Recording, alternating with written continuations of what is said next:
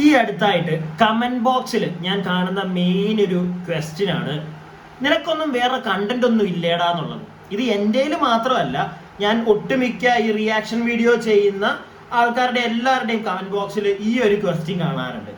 അപ്പം നിങ്ങൾ ചോദിച്ചോളൂ, നിങ്ങൾക്ക് ചോദിക്കാൻ അവകാശമുണ്ട്. പക്ഷേ ഞങ്ങളുടെ അടുക്ക ചോദിക്കുന്നത് പോലെ തന്നെ പറ്റുമെങ്കിൽ ഇന്ത്യ ടുഡേയിൽ ഒരു വാർത്ത വന്നിട്ടുണ്ട്. അത് വന്നത് നമ്മുടെ മിനിച്ചേച്ചി ഇല്ലേ, മിനു മിനീറിന്റെ ഒരു വാർത്ത ഇന്ത്യ ടുഡേയിൽ. ഒന്ന് ആലോചിച്ചോണം എവിടെ വന്നിരിക്കുന്നതെന്ന്. വന്നിട്ടുണ്ട്. ഒന്ന് പോയി അതിന്റെ കമന്റ് ബോക്സിൽ കൂടെ ഒന്ന് ചോദിക്കുക, നിങ്ങൾക്കൊന്നും വേറെ നിങ്ങൾക്കൊന്നും വേറെ കണ്ടന്റ് ഇല്ലയോടെ ഈ സാധനത്തിനെ പിടിച്ചിരുത്തി എന്തിനാടെ സംസാരിപ്പിക്കുന്നതെന്ന് ഒന്ന് അവിടെയും കൂടെയും പോയി ഒന്ന് ചോദിച്ചാൽ വലിയ ഉപകാരമായിരിക്കും. അപ്പൊ കാര്യം മനസ്സിലായല്ലോ. ചേച്ചിയുടെ ഈ വന്ന ഒരു ചെറിയ ചേച്ചി അവിടെ കയറിയിരുന്ന് കുറച്ച് കാര്യങ്ങൾ പറയുന്നുണ്ട്, അതൊന്ന് എടുത്ത് റിയാക്ട് ചെയ്യാന്ന് വിചാരിച്ചടേ. അപ്പം സംഗതി വേറൊരു കാര്യം കൂടെ ഉണ്ട്. ചേച്ചി ഇവിടെ നമ്മുടെ മലയാളത്തിലുള്ള സാറ്റലൈറ്റ് ചാനലുകളിലെല്ലാം കയറി ഇരുന്ന് കഥ പറഞ്ഞപ്പോഴത്തേക്ക് ലാസ്റ്റ് ചേച്ചിയുടെ കയ്യിൽ പോയി. നിങ്ങളെല്ലാവരും കണ്ടതാണല്ലോ, ഒരു എന്താണ് റിപ്പോർട്ടർ എടുത്തു വെച്ചങ്ങ് കൊടുത്ത് ചേച്ചി അന്ന് ചേച്ചി നിർത്തി മലയാളത്തിലുള്ള ചാനലുകളിൽ കയറിയിരിക്കുന്ന പരിപാടി. കാരണം ചേച്ചിയുടെ പുറകെ പിന്നെ ആരും ചെല്ലുന്നില്ല. എനിക്ക് അങ്ങനെയാ തോന്നുന്നത്. സാറ്റലൈറ്റ് ചാനൽസ് പിന്നെ ചേച്ചിയുടെ പുറകെ പോകാൻ നിൽക്കത്തില്ല. കാരണം ഏകദേശം മനസ്സിലായിട്ടുണ്ട്. പിന്നെ അവരാർക്കൊക്കെ എതിരെയാണോ പരാമർശങ്ങൾ ഉന്നയിച്ചത് അവർക്ക് എല്ലാവർക്കും ഇവിടെ ജാമ്യം കിട്ടി. അപ്പൊ തന്നെ നമുക്ക് ഊഹിക്കാം, ഇവർ പറയുന്നതിനകത്ത് ചിലപ്പോൾ കോടതിക്ക് പോലും വിശ്വാസമായി കാണത്തില്ല. അതുകൊണ്ടായിരിക്കുമല്ലോ ജാമ്യം കൊടുത്തല്ല, വെറുതെ ഒന്നും ആയിരിക്കത്തില്ലല്ലോ. മനസ്സിലായില്ലേ? ഇപ്പൊ നമ്മുടെ സിദ്ദിഖിക്കയുടെ കേസ് ഒന്ന് നോക്കിയേ, ഹൈക്കോടതിയിൽ ജാമ്യം ഒന്നും കൊടുത്തില്ല. അറസ്റ്റ് വാറണ്ട്, അറസ്റ്റ് ചെയ്യും, പോയി പിടിച്ചോണ്ട് വാ, ചോദ്യം ചെയ്യും എന്നൊരു സാധനമല്ലേ പറഞ്ഞേ. ബാക്കി എല്ലാവർക്കും എന്തുകൊണ്ട് ആദ്യം, പിന്നെ സുപ്രീം കോടതി ചെന്നപ്പോഴാണ് പിന്നെ അത് വിട്, ഞാൻ അതിനകത്തോട്ട് പോകുന്നില്ല. പക്ഷെ ഇവിടെ ഈ ഹൈക്കോടതി തന്നെയാണ് ബാക്കി എല്ലാവരുടെയും കേസും എല്ലാം ചെന്നത്. പക്ഷെ എന്തുകൊണ്ട് ബാക്കി എല്ലാവർക്കും കൊടുത്ത്? ഇവര് പറഞ്ഞ എല്ലാ കാര്യങ്ങളും അത്ര സ്ട്രോങ് ആയിരുന്നെന്ന് കോടതിക്ക് തോന്നിയായിരുന്നെങ്കിൽ പെടുത്തിയാനെ ബാക്കിയുള്ളവന്മാരെ. കോടതി ആദ്യമേ കൈയൊഴിഞ്ഞു ചെറിയ രീതിയിൽ. എനിക്ക് അറിയത്തില്ല, ഇനിയും ചിലപ്പം കേസും കാര്യങ്ങളൊക്കെ മുന്നോട്ട് നടക്കുമല്ലോ, അന്വേഷണമൊക്കെ നടന്നുകൊണ്ടിരിക്കുകയാണ്. ഇവര് പറയുന്നതിനകത്ത് ശരിയുണ്ടെങ്കിൽ തെളിയട്ടെ, ഇവരെ ഉപദ്രവിച്ച ആൾക്കാരെല്ലാം പെടട്ടെ. ഓക്കെ, ഞാൻ അതുകൂടെ പറയുന്നുണ്ട്. പക്ഷേ ഇവിടുത്തെ സാറ്റലൈറ്റ് ചാനൽസ് ചേച്ചിയുടെ പുറകെ പോകുന്നത് നിർത്തി. അത് കഴിഞ്ഞപ്പോഴത്തേക്ക് ചേച്ചി ഒന്ന് രണ്ട് യൂട്യൂബ് ചാനലിൽ കയറിയിരുന്ന് കഥ പറച്ചില്, അതൊക്കെ ഓക്കെ. പക്ഷെ ഇന്ത്യ ടുഡേ അതിന്റെ ഈ കോർഡിനേറ്റേഴ്സിനും പ്രോഗ്രാം എനിക്ക് അറിഞ്ഞുകൂടാ. എന്ത് കണ്ടിട്ടാണ് ഈ ഒരു ചേച്ചിയെ പിടിച്ച അവിടെ? അതും മലയാളത്തില് നടന്മാർക്കെതിരെ വേറെ ഒരുപാട് ആളുകൾ പല പരാമർശങ്ങളും കൊണ്ട് വന്നു. പക്ഷെ അവരുടെ ഒന്നും ഒരു വാർത്ത ഇന്ത്യ ടുഡേയിൽ വന്നത് ഞാൻ കണ്ടില്ല. പക്ഷെ ഈ ചേച്ചിയുടെ അവിടെ വരെ എത്തി. അപ്പൊ ഈ ചേച്ചിയുടെ പിടിപാടൊന്നും ആലോചിക്കണ്ടേ നിങ്ങള്? അതോ ഇനി ഇന്ത്യ ടുഡേയിലെ ആൾക്കാർ മണ്ടന്മാരായിട്ടാണോ? എന്താണെങ്കിലും ആ വാർത്തയുടെ കുറച്ച് ഭാഗങ്ങൾ ഞാനിവിടെ നിന്ന് കാണിച്ചു തരാം. വീഡിയോയുടെ സൈഡിൽ വെക്കുന്നില്ല, ഫോണിലേ കാണിക്കുന്നുള്ളൂ. ഇന്ത്യ ടുഡേ ആണ്, പണി കിട്ടാൻ ചാൻസ് ഉള്ളത് കൊണ്ട് തന്നെ. പക്ഷെ നിങ്ങൾക്ക് കേൾക്കാൻ പറ്റുമോ എന്ന് കേട്ടു നോക്ക്. Malayalam actor Minu Munir, in an exclusive conversation with India Today, made some shocking revelations, accusing filmmaker Balachandran Menon of harassment. Minu Munir said that filmmaker actor Balachandran Menon forced her to watch a sexual act with others in 2007. Minu had accused 7 men, including popular actor Jayasuriya, of physical and verbal abuse. Remember, in August, Hema Committee report was made public, accusing prominent actors and directors like Mukesh, Siddiq, Jayasuriya and many more of sexual assault. മലയാള സിനിമയെ സത്യം പറഞ്ഞാൽ നാണം കെടുത്താവുന്നതിന്റെ maximum, ഇപ്പം നാണം കെടുത്തുണ്ട്, okay അങ്ങനെ വേണം പറയാൻ. നാണം കെടാവുന്നതിന്റെ മാക്സിമം, നാണം കെടുത്തുന്നതല്ല, നാണം കെടാവുന്നതിന്റെ മാക്സിമം ഇപ്പൊ മലയാള സിനിമ പുറത്ത് എല്ലായിടത്തും, എല്ലാ ഇൻഡസ്ട്രിയും സത്യം പറഞ്ഞാൽ മലയാള ഇൻഡസ്ട്രിയെ നോക്കി ഇന്ന് കളിയാക്കുന്ന ഒരു അവസ്ഥയാണ്. കാരണം ഇതുപോലുള്ള ഇവർ പറയുന്നതൊക്കെ ശരിയാണോ എന്ന് പോലും അറിയില്ല. അറ്റ്ലീസ്റ്റ് ഇവർ പറയുന്നതിനകത്തൊക്കെ എന്തെങ്കിലുമൊക്കെ ശരിയുണ്ടെങ്കിൽ അതൊന്ന് അറിഞ്ഞതിന് ശേഷം മാത്രമേ ഇന്ത്യ ടുഡേ ഒക്കെ വന്ന് ഇവരുടെയൊക്കെ ഒരു ഇന്റർവ്യൂ എടുത്ത് ഇവരെ കൊണ്ട് ഈ സംസാരിപ്പിച്ചാൽ പോരെ. അതും ഇവര് ഇച്ചിരി ബോധമുള്ള ആർക്കാണെങ്കിലും ഒന്ന് മനസ്സിലാക്കാം. ആദ്യമേ ഒരു നടന് വന്നെതിരെ പറയുന്നു, അതിനുശേഷം അടുത്ത നടൻ, ഇപ്പൊ അതേ ബാലേന്ദ്ര മേനോൻ. ഇങ്ങനെയാണ് ചേച്ചിയുടെ കഥ വെക്കൊണ്ടിരിക്കുന്നത്. എന്നാൽ ഇതിനൊക്കെ കറക്റ്റ് ആയിട്ടുള്ള എവിഡൻസ് ഉണ്ടോ? ഞാൻ നിങ്ങൾക്ക് ഇവിടെ സൈഡിൽ ഒരു സാധനം ഒന്ന് കാണിച്ചു തരാം. ഇത് പണ്ടത്തെ ഒരു ഫോട്ടോ ആണ്. ചേച്ചി കഴിഞ്ഞ ദിവസം റീപോസ്റ്റ് കണ്ട് ചെയ്തിരിക്കുന്നത് ഫേസ്ബുക്കിൽ, ബാലചന്ദ്ര മേനോനുമായിട്ടിരിക്കുന്ന ഒരു ഫോട്ടോയൊക്കെ. അതെല്ലാം പോട്ടെ, നിങ്ങൾ ആരെങ്കിലും, എൻ്റെ ഒരു വളരെ ജെന്യുവനായിട്ട് എനിക്ക് നിങ്ങളോട് ചോദിക്കണമെന്ന് തോന്നിയൊരു ചോദ്യമാണ്. നിങ്ങൾ ആരെങ്കിലും ഇപ്പൊ ഇന്ത്യ ടുഡേയിൽ വന്നിരിക്കുമ്പോഴാണെങ്കിലും അവർ പറയുന്നത് ഇവർ ആക്ട്രസ് ആണെന്ന്, നിങ്ങൾ ആരെങ്കിലും ഇവർ അഭിനയിച്ച ഏതെങ്കിലും ഒരു പോർഷൻ നിങ്ങൾ കണ്ടിട്ടുണ്ടെങ്കിൽ, അല്ലെങ്കിൽ ആ സിനിമയുടെ ലിങ്കോ എന്തെങ്കിലും യൂട്യൂബിലുണ്ടെങ്കിൽ ഒന്ന് കമന്റ് ബോക്സിൽ ഒന്ന് ഇട്ടേക്കണം. എനിക്കൊന്ന് കാണാൻ വേണ്ടിയിട്ടാ. ഞാൻ ഈ അമ്മായിയെ കണ്ടിട്ടില്ലെങ്കിലും, സത്യമായിട്ടും ഞാൻ കണ്ടിട്ടില്ല. ചിലപ്പോൾ ഞാൻ കാണാത്തോണ്ടായിരിക്കും. നിങ്ങൾ ആരെങ്കിലും കണ്ടിട്ടുണ്ടെങ്കിൽ ഏതെങ്കിലും സിനിമയിൽ, ഏതെങ്കിലും സിനിമയുടെ ഒക്കെ പേര് പറയുന്നുണ്ടല്ലോ, അതിനകത്തൊക്കെ എവിടെയാണെന്ന് പറ്റുവാണെങ്കിൽ ഒന്ന് കമന്റ് ബോക്സിൽ ഒന്ന് എഴുതിയിട്ട് ഒന്ന് അറിയാനോ, ഒന്ന് പോയി കാണാനോ. ഈ ബാലചന്ദ്രൻ എനിക്കറിഞ്ഞുകൂടെ ഇവർ ഈ പറയുന്നതൊക്കെ വെച്ച് ബാലചന്ദ്ര മേനോൻ റൂമിൽ വിളിച്ചു. വലിയ നടിമ വോട്ട് ഞാൻ പറഞ്ഞ കൂടിപ്പോവും, ബാക്കിയും കൂടെ കേണ്. പിന്നെ ഇവർക്ക് നിയമത്തോട് എന്തോ ഭയങ്കര കാര്യമാണ്, എല്ലാവരോടും യോജിക്കുന്നു, നിയമം കറക്റ്റ് തന്നെ ഇവിടെ ചെയ്യുള്ളൂ എന്നുള്ള കാര്യങ്ങളൊക്കെ ഇവർ പറയുന്നുണ്ട്. അതുപോലെ തന്നെ ഇവിടുത്തെ നിയമത്തിൽ ആന്റിക്ക് വിശ്വാസമുണ്ട്, SIT ടീമിൽ വിശ്വാസമുണ്ട്.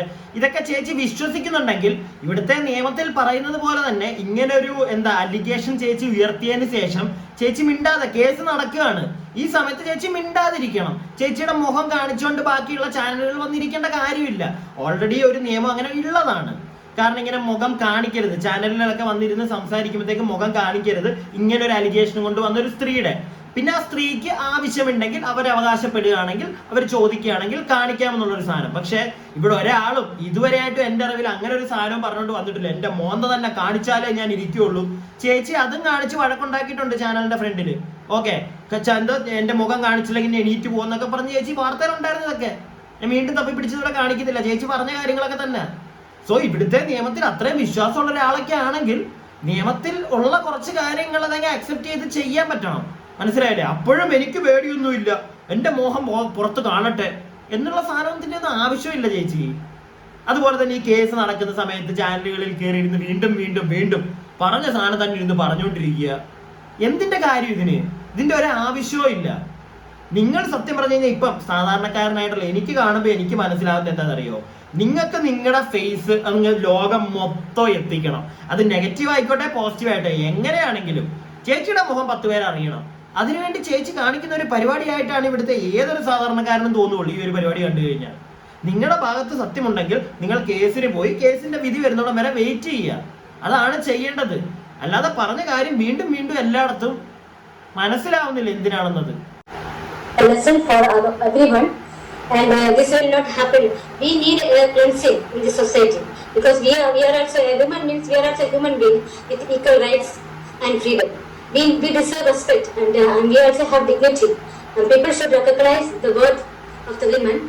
And that I came forward to raise the awareness of the exploitation and the manipulation which is prevalent in the film industry, also not only in film industry but also in schools and also in hospitals. It has to be changed. One person come forward means when the SIT team and the government will take action, people will be aware. Hereafter they won't try to exploit the woman. So I'm totally satisfied because arresting an MLA, ordinary people can understand. Wow, then tomorrow if we do any mistake, we will be also punished like that. Let us create a culture. Let us create a culture where women valued and respected and protected. The investigation is going on, against Dr. Mukesh and Iravela Babu, Jayasuriya, all these people. You have recently raised an allegation against prominent, legendary director Balachandra Menon. Can you, if it's possible, if you are in a comfortable space, can you tell us what exactly happened in this case? Because we're getting to know that a case has been registered against him also. Because initially I was really thrilled to work with a prominent director, but as I said, the experience turned into nightmare after witnessing the exploiting girls in inappropriate behavior. He is demanding girls to remove the dress, and also I witnessed group sex with 3 girls. മതി ഇത്രയൊക്കെ മതി. ഇത് കൂടുതൽ എനിക്ക് കേൾപ്പിച്ചാൽ വയ്യ. India ടുഡേയിൽ നിങ്ങളൊന്ന് പോയി നോക്കിയാൽ മതി, അവിടെ കിടപ്പുണ്ട് ഈ സാധനം. ചേച്ചി വലിയ വലിയ കഥകളൊക്കെ പറഞ്ഞു പോവുക, നമ്മളെല്ലാവരും കേട്ട കാര്യങ്ങളൊക്കെ തന്നെ. അതാ ഞാൻ വീണ്ടും കേൾപ്പിക്കാത്തത്. അപ്പോൾ എനിക്കൊരു കാര്യം ചോദിക്കാനുള്ളത്, സത്യം പറഞ്ഞാൽ ഇവിടെ ആരാണ് ഇര എന്ന് പറയുന്നത്? നിങ്ങളൊന്ന് ആലോചിച്ച് നോക്കി, ഇവിടെ ആരാണ് ഇര? ഈ സ്ത്രീയാണോ ഇര? അതോ ഈ നമ്മുടെ ജയസൂര്യ, ബാലചന്ദ്ര മേനോൻ ഇവരാണോ ഇര? എനിക്കൊരു സംശയമുണ്ട്. ഇവരെ മാത്രമായിട്ട് ഒരിക്കലും ഇര എന്ന് പറയാൻ പാടില്ല. കാരണം സത്യം എന്താണെന്ന് പോലും നമുക്ക് ആർക്കും അറിയില്ല. സത്യം തെളിഞ്ഞിട്ടില്ല, കോടതിയിൽ ഇരിക്കുക. ഈ ഒരു കേസ് നടക്കുന്നതിൻ്റെ ഇടയ്ക്ക് ഇവർ കണ്ടോടത്ത് എല്ലാം ചെന്ന് ഈ കഥ പറഞ്ഞുകൊണ്ടിരിക്കുക. ഇവർ ഈ പറയുന്നതിനകത്ത് എന്തെങ്കിലും സത്യം ഇല്ലെങ്കിലോ, അങ്ങനെയാണ് കോടതിയിൽ നിന്ന് ഒരു ഉത്തരവ് വരുന്നതെങ്കിലോ, ലാസ്റ്റ് ഇവരൊരു കള്ളിയാണെന്ന് അങ്ങനെയാണ് ഇവിടുത്തെ കോടതി തെളിയിച്ച്, അല്ലെങ്കിൽ ഇവിടുത്തെ SIT ടീമെല്ലാം കണ്ടുപിടിച്ച് വരുമ്പോൾ ഇവർക്കെതിരെയാണ് എല്ലാം എന്നുള്ളൊരു സാധനം തെളിഞ്ഞു വരുമ്പോഴത്തേക്ക് സത്യം പറഞ്ഞ എന്താ ഇവിടെ ബാക്കിയുള്ള ഇവർ ഈ പറയുന്ന നടന്മാരൊക്കെ സത്യം പറഞ്ഞ ഊശയായില്ലേ? കണ്ടോടത്തെ എല്ലാ ചാനലിലും കയറിയിരുന്ന് അവരങ്ങനെ ചെയ്തു. ഇവരിങ്ങനെ ബാലചന്ദ്രൻ മേനോനെ പറ്റി ചിലപ്പോൾ ഞാൻ പറയുന്നില്ല അയാളൊന്നും അത്ര നല്ല മനുഷ്യനാണെന്നോ ഒന്നും ഞാൻ പറയുന്നില്ല, നമുക്കറിയില്ല. സത്യം തെളിയട്ടെ, അതിവിടെ പോലീസുണ്ട്, കോടതിയുണ്ട്, തെളിയട്ടെ. അല്ലാതെ ഇവർ എല്ലായിടത്തും ചെന്നിരുന്ന് ഈ കഥ പറയുന്നതിനകത്ത് എനിക്ക് മനസ്സിലാവുന്നില്ല. സത്യം പറഞ്ഞാൽ ഒരു നിയമം ഉള്ളതാണ്, ഇവരുടെ ഫേസ് ഒന്നും ഇങ്ങനെ ഒന്ന് കാണിക്കരുത്.